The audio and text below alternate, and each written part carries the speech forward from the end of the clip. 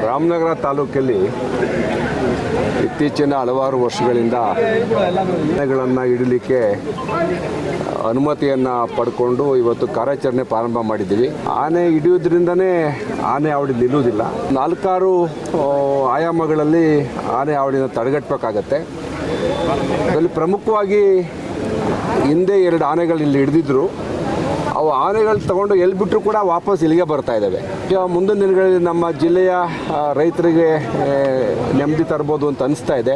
ಆನೆನ ಹಿಡಿತಕ್ಕಂಥ ಕಾರ್ಯಾಚರಣೆಗೆ ಇವತ್ತು ನಾವು ಚಾಲನೆ ಕೊಡ್ತಾ ಇದ್ದೀವಿ.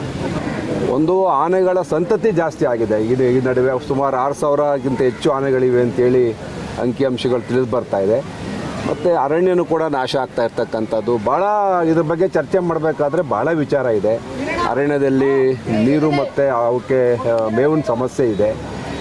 ನಮ್ಮಲ್ಲಿ ಕೆರೆಗಳು ತುಂಬಿರೋದ್ರಿಂದ ವೈವಿಧ್ಯವಾದಂಥ ಆಹಾರ ಅವಕ್ಕೆ ಸಿಕ್ಕೋದ್ರಿಂದ ಆನೆಗಳು ಇವತ್ತು ತೆಂಗಿನ ಮರನ ಜಾಸ್ತಿ ಹಾಳು ಮಾಡ್ತವೆ. ತೆಂಗು, ಮಾವು, ಬಾಳೆ ಹೀಗೆ ಎಲ್ಲ ವಾಣಿಜ್ಯ ಬೆಳೆಗಳು ಇವತ್ತು ತುಂಬ ಲಾಸ್ ಆಗ್ತಾ ಇದೆ.